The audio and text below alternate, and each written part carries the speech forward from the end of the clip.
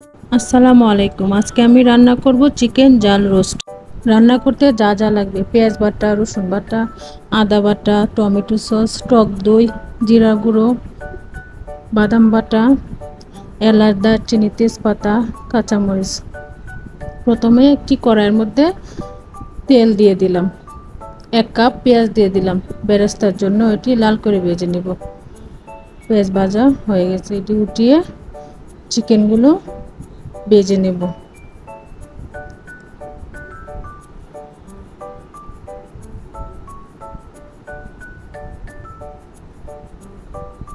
চিকেনগুলো ভালো করে ভাজতে হবে।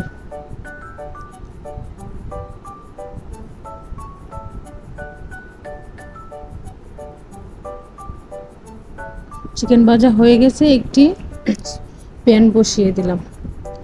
পরিমাণ মতো তেল দিয়ে তেজপাতা, এলাচি, দারচিনি দিয়ে দিলাম। পেঁয়াজ বাটা, রসুন বাটা দিয়ে দিলাম পরিমাণ মতো আদা বাটা, জিরা গুঁড়ো। ভালো করে নাড়িয়ে নিব। এখানে 1 চামচ মরিচের গুঁড়ো, 1 চামচ লবণটা পরিমাণ মতো দিবেন। একটু পানি দিয়ে সাথে টক দইটা দিয়ে দিলাম, দিয়ে ভালো করে মশলাটা মিশিয়ে নেব। বাদাম বাটা 2 চামচের মতন, টমেটো সস 2 চামচের মতন, 4টা কাঁচামরিচ।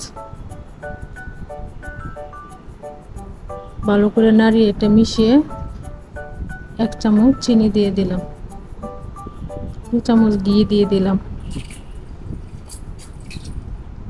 দিয়ে একটু ঢাকনা দিয়ে ঢেকে কিছুক্ষণ কষাবো। কষানো হয়ে গেছে, এখন ভেজে রাখা চিকেনগুলো দিয়ে দিলাম,